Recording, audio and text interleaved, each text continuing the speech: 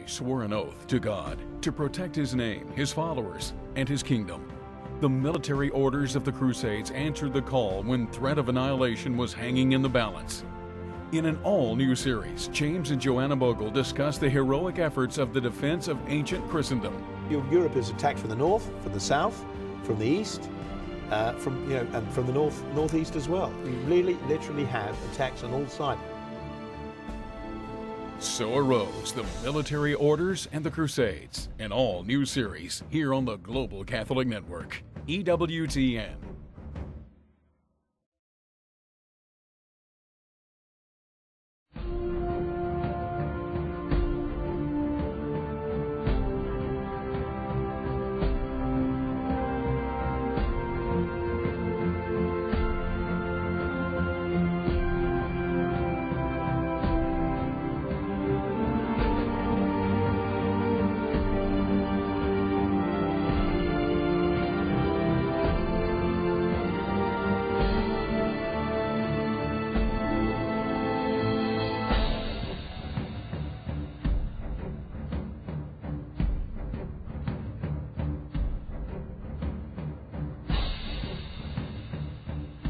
Hello, I'm Joanna Bogle, and my husband Jamie and I are exploring the history of the Church's military orders and the Crusades.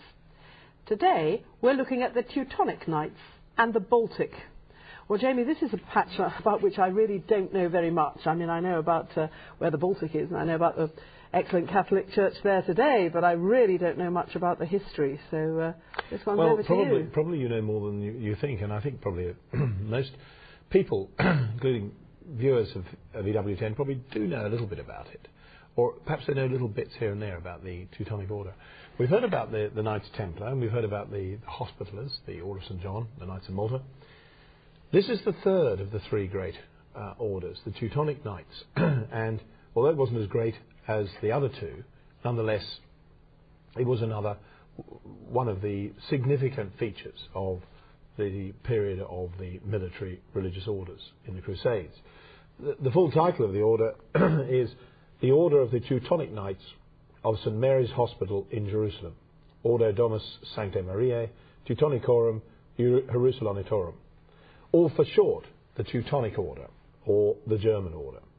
And it too, like the Hospitaller Order, the Knights of the Hospital, was formed to aid Christians on their pilgrimages to the Holy Land and to establish hospitals to care for the sick, for the injured, and for the pilgrims. And at the end of the 12th century, in the port of Acre, the famous crusading port of Acre, the medieval order played an important role in controlling the ports of Acre and the port tolls. And after the Christian forces were defeated in the Middle East, the order first moved to, of all places, Transylvania in 1211 to help defend Hungary against the Cumans, who were invading by then Christian Hungary. Incidentally, Hungary only had been Christian for only 200 or so years. And still you see pagan tribes coming from the east invading the marches, the border regions, the frontiers of Christendom. These knights were distinguishable again by a uniform, not like our Knight Templar here, but with a different colour, similar sort of pattern and similar, obviously, armour and uniform, but they wore a white surcoat with a black cross, distinguishing black cross. And so the era that we're looking at, first we think about the Crusades, we're thinking about the 10th and 11th centuries here. The land that had been Christian for centuries was taken by Islam. The church called everyone to fight back, and for about 100 years there was a Christian kingdom, the Latin kingdom of Jerusalem. And then when all that falls and Islam is resurgent again, there is still the problem. There are problems elsewhere within Christendom, within Europe. But just to set the scene, we have parts of Europe that by now have been Christian for many, many centuries. You have France, and you have the Italian peninsula, and you have so on. And in England, country most familiar to you and me, we have had Saxon Christianity, and now the Normans have invaded and built on the little Saxon churches the great Norman arches, and we have an Archbishopric of Canterbury for many centuries by this stage, who were initially Saxons and are now Normans, and the great cities of England are beginning to have their churches. That's the scene. Yes. Meanwhile, out on the edges. Well, on the edges, as we've, I think those who've been watching this series will now realise, we had a constant threat, which was not merely to the frontiers, but was a threat to the whole integrity of Christian Europe, of Christendom, because if those frontiers didn't hold, then would come sweeping over a horde that were threatened to invade the whole of Europe. And what we have here is, with the Teutonic Knights, is a similar charism to the other two orders. We see that initially they start in the Holy Land and move out, because in 1143 Pope Celestine II ordered the Knights Hospitaller to take over the management of a German hospital, St Mary's Hospital, in Jerusalem, which accommodated the countless German pilgrims and crusaders who came. And let us not forget, it's hard to, or easy to forget and hard to remember, the very heart of Christendom was the German lands. The Germans, who themselves had once been pagans, savage pagans who had to be contained by the Roman army, once they had become Christian, became very influential and eventually became the Holy Roman Emperors, which was the central part of the Christian Europe and of Christendom, and their emperor, the Holy Roman Emperor, was effectively the first lay person in Christendom, like the President of the United States. And this would be the lands that we today think of as Austria and specifically southern Germany, Bavaria. No, northern Germany as well, all the way up to the Baltic coast and beyond. Scandinavia was regarded as part of the Holy Roman Empire, and I mean, for example, the Scandinavian name Magnus, which we associate with the Swedes, actually comes from Carolus Magnus, meaning Charlemagne. Great, yes, yes. You see, so Charles the influence Great, yes. of that empire was enormous. But in the northeast corner, we see incursions from pagan tribes: Prussians, Lithuanians, Wends, Estonians, all at this stage pagan, and constantly attacking the northwestern corner of Europe. Well, going back to Jerusalem for a moment, although there was the institution that was run by the Hospitallers, the Pope commanded that the prior and the brothers of this house, this German house, the Domus Teutonicorum, should always be Germans themselves, as part of a tradition of German-led religious institutions, so that could develop in 12th century Palestine. And after the loss of Jerusalem, remember that took place in 1187, the Salah ad-Din invades, some merchants, rather like the Amalfitane merchants, who set up the original order of Malta, the Order of St. John, merchants this time from Lübeck and Bremen, right up in North Germany, took up the same idea, set up a field hospital for the duration of the siege of Acre in 1190, which became the basis of the Teutonic Order. Celestine III recognised them in 1192 by granting them a rule similar to the rule of St. Augustine, rather like the Knights Hospitaller, the Templars having based their rule on that of St. Benedict. Again, based on the Templars and the Hospitallers, they were transformed into a military order in 1198, and the head of their order became known as the Grand Master of the Teutonic Knights. During the rule of Grand Master Hermann von Salza, which was about 1209 to about 1239, the order changed from being a purely hospitaller brotherhood for pilgrims to a primarily military order. And originally based in Acre, they purchased the castle of Montfort, German Starkenberg, northeast of Acre in 1220, and this castle, which defended the route between Jerusalem and the Mediterranean Sea, was made the seat of the Grand Masters in 1229, although they returned to Acre after losing Montfort in 1271. The order also had a castle near Tarsus, as in Saul of Tarsus, St. Paul, in Armenia Minor, Cilicia. The order received donations of land from the Holy Roman Emperor, and so they also had estates like the Hospitallers and the Templars in present-day Germany, Italy, Greece and Palestine, all of which were lands controlled or under the control of the Holy Roman Emperor.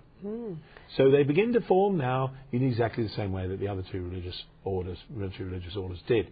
but with this particular concern, not for the Holy Land, which had now tragically been lost, but for the eastern borders, if you like, of European Christendom. That's right. What happened was the Emperor Frederick II becomes associated with the order. He's a close friend of Grand Master Hermann von Salza. He makes von Salza Reichsfürst. That's Reich means empire or commonwealth. Fürst is prince. Prince of the empire, enabling the Grand Master to negotiate with senior princes of the empire and of Europe generally as an equal. And during the coronation of Frederick, remember he negotiated a truce with the Islamic forces in Jerusalem and had himself crowned King of Jerusalem in 1225. He had the Teutonic Knights serve him as an escort in the Church of the Holy Sepulchre where he was crowned. And von Salza reads the Emperor's proclamation in both French and German. It ought to be said at this stage that the Emperor Frederick II, though he was a very gifted man, was a renegade. He fell out with the Pope. He was excommunicated by the Pope. He became very enamoured of non-Christian religions, including Islam. He kept a harem of his own. He didn't hesitate to persecute his enemies pretty brutally. He even sent some to the stake on the spurious basis that he had a jurisdiction for trying them for heterodoxy, and ultimately he refused to defend the Holy Land and entered into a truce. Now, this truce seemed like a good idea to many, indeed to us, but the reality is that it only held for about 10 years, and then the situation was in some ways worse than before. Nonetheless, he was a very gifted man. He protected the Teutonic Order, and although he was, for much of his life, out of sorts with the Church and with the papacy, whom he misused and abused, he did support the Teutonic Order. The Teutonic Order, therefore, felt they owed him some allegiance, and they assisted him. But it was in 1226 that we see Conrad I, Duke of Mazovia, in west-central Poland, appealing to the Teutonic Knights to defend his borders from the pagan Baltic Prussians. The Balts, the Prussians, the Wends, all very savage pagan tribes, Lithuanians as well. And he allowed the Teutonic Knights the use of Kulmerland as a base for their campaigns. And with the Golden Bull of Rimini, the Holy Roman Emperor Frederick II, whom we just mentioned, bestowed on the order a special imperial privilege for the conquest and possession of Prussia, including Kulmerland, with nominal papal sovereignty. Pope agreeing to this arrangement. So the idea was to impose a kind of frontier peace, but surely the only way to make them Christian would be to send in missionaries. You can hardly do that by just military means. Yes, of course, that was the Church's traditional method, sending a missionary. But of course, what one forgets, and it's very easy to forget that these days when we don't have quite such threats as they had in those days in most of the world, is that it's all very well sending in missionaries, but if you don't protect them, they're not going to last for very long. Mm-hmm. The rather quixotic gesture of St. Francis of Assisi going to the Muslim countries, ostensibly to convert them without any kind of military assistance, was very short-lived. And St. Francis only managed to escape with his life because the Islamic leaders found him a rather curious figure. But in the case of Prussia, very, very cursory attempts were made to send missionaries because they instantly ended up in the pot. Because you were not dealing with a people who had the kind of civilization that the Muslim leaders and the Muslim diaspora had. Because undoubtedly the Islamic countries had a high degree of culture, literature, science, art and so on. Much of it, let's be honest and frank and truthful, came from what they had gleaned from the Eastern Roman Empire. But nevertheless, they had gleaned it. Yeah, and they developed it. We're talking here about a very ferocious pagan people. The chronicles of the order state that the Prussians, for example, would, quote, roast captured brethren alive in their armour like chestnuts before the shrine of some local god. I mean, these pagan Prussians practiced polygamy, cannibalism, savagery that far exceeded even the very worst of the Muslims. And their brutality was extreme. and they were not interested in conversion. Like the pagan Picts in Scotland, they resisted conversion, clung to their paganism, and waged a savage war against the knights or anyone who was within their reach. So it would be a pretty brave missionary who ventured into their territories. Of course, once again, the certain populists will portray the Teutonic Knights, even in their early stages, as simply being colonialists who went to beat up a perfectly civilized and sane and ordinary reasonable people. This is simply not what happened. They were dealing on the northwest frontier of Christendom with a very savage set of tribes of pagans, and for that they needed to be able to do so with force and arms. Northeast frontier, but yes. Northeast frontier. Yeah. The order ruled Prussia, so much of it as it could conquer, under charters issued by the popes and the Holy Roman Emperor, as a sovereign monastic state, once again rather like the Knights Hospitaller in Malta, except that they did so purely by conquest. And the reason why the Pope and the Emperor allowed this was primarily because of the savagery of the local pagan tribes. So they set up a separate state of very extensive boundaries, the Ordenstaat, the state of the order, which was a Teutonic Knight state run by the Teutonic Knights, carved out of pagan territory where they were able to do so. And if they were able to convert the Prussians, they attempted to do so. Remember, they had chaplains and clerics of their own who were available to preach the gospel, but with very little success for reasons I've said. In fact, ultimately, the way that the Prussians were converted was by gradual assimilation. The Church's primary aim is to defeat its enemies by making them friends. This is the primary way in which the Church, as it were, conquers, if I can put it that way. But sometimes force is necessary to defend yourself. And what happened here was, rather than rely solely upon force, which ultimately is not the preferred method for dealing with any particular problem, the order encouraged the immigration of colonists from the Holy Roman Empire. They say colonists. I suppose, to be fair, this is a form of colonization, but it's colonization with a most beneficent intent. And mostly Germans, Flemish, Dutch, some Poles, Masurians, settled in the regions which were conquered by the Teutonic Knights, and gradually the old Prussians, pagan Wends, Prussians, and Balts were gradually assimilated through Germanization. This does look a little bit more like the picture of colonial colonization, which the rest of the Crusades are often caricatured as being. Yes, I think it is fair to say that in the case of the Teutonic Knights, it is a bit more like a colonization. But you see that what they're dealing with is very savage pagan tribes who, if not prevented, would have made incursions into Christendom and would have been a very serious threat to the northeast frontier of the Christian lands. What sort of era are we talking about? At what point would you say that this Prussian kingdom was up and running, had been going for a few years? We're talking about the 1200s, from about 1225 onwards. And the height of their power is about the 1240s, I suppose, or thereabouts. No, sorry, later. It will be in about, throughout the 14th century, really. And so a process of Christianizing of these territories began to happen and flourished, as far as we can see, because it was pretty well all becoming Christian by the 13th and 14th centuries, wasn't it? Yes, it was.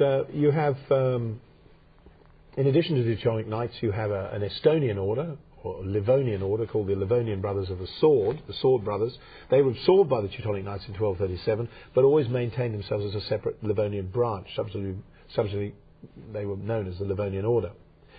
By this time, the nominal territorial rule of the Teutonic Knights extends over Prussia, Livonia, Semigalia, Estonia, and their next aim was to try and convert the Orthodox Russians, which was a pretty ambitious sort of a task, and they failed in so doing. They suffered a disastrous defeat in the Battle of Lake Peipus in 1242 at the hands of Prince Alexander Nevsky of Novgorod, much celebrated, of course, by the Russian Orthodox, and used by then as a propaganda tool against Catholicism. But the Teutonic Knights abandoned the plan and thereafter began to direct their campaigns against the pagan Lithuanians, who were nearly but not quite as savage as the Balts and Prussians, and much more tenacious and on much more wider scale. This was particularly so after the fall of the Kingdom of Jerusalem at Acre in 1290.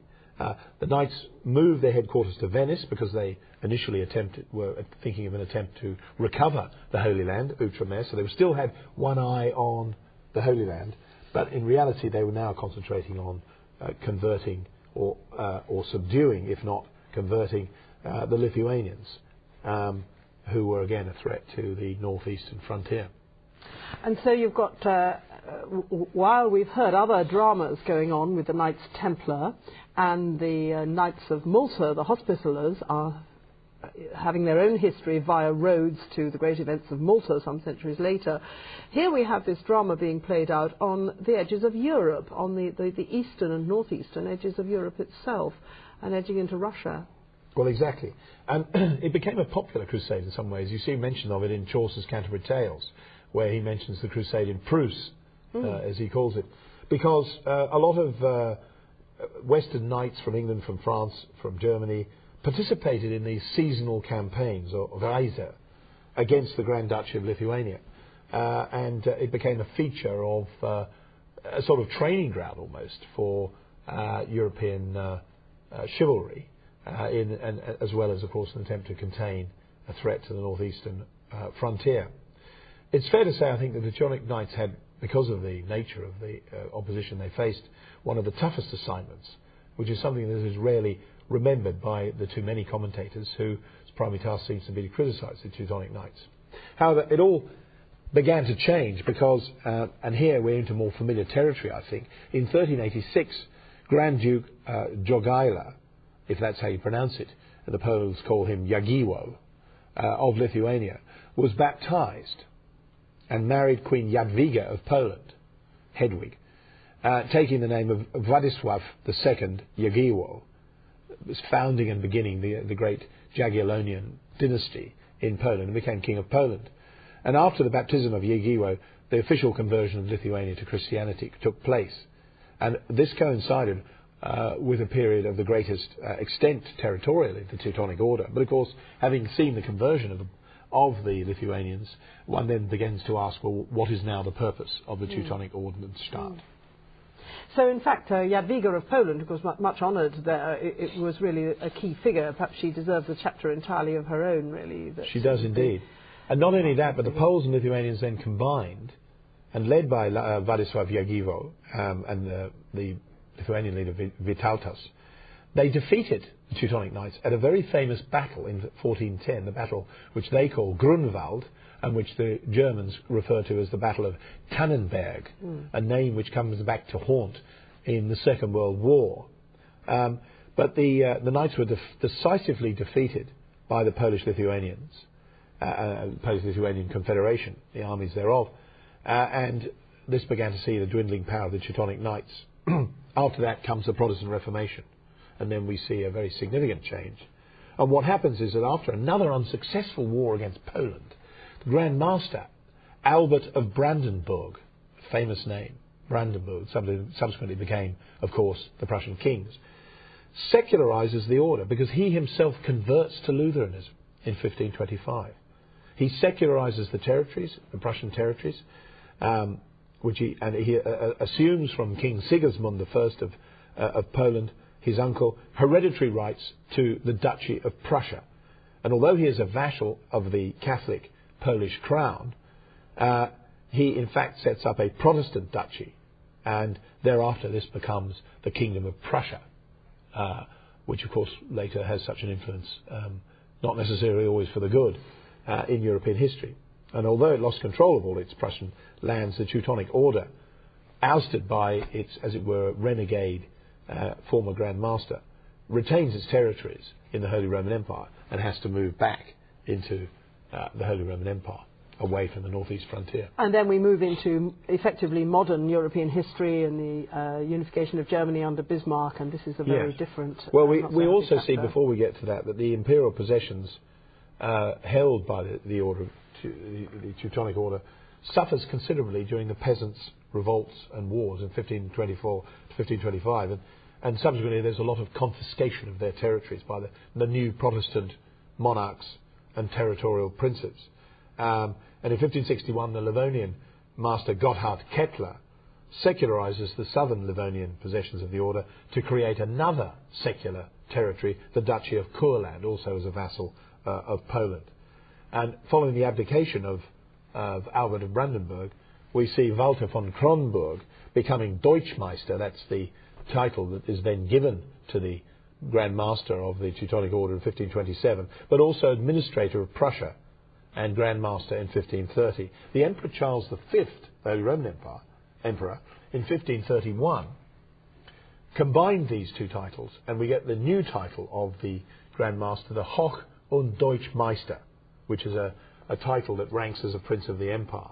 And a new Grand Magistracy is set up in Mergenheim in Württemberg, which thereafter becomes more the centre of the Teutonic Order.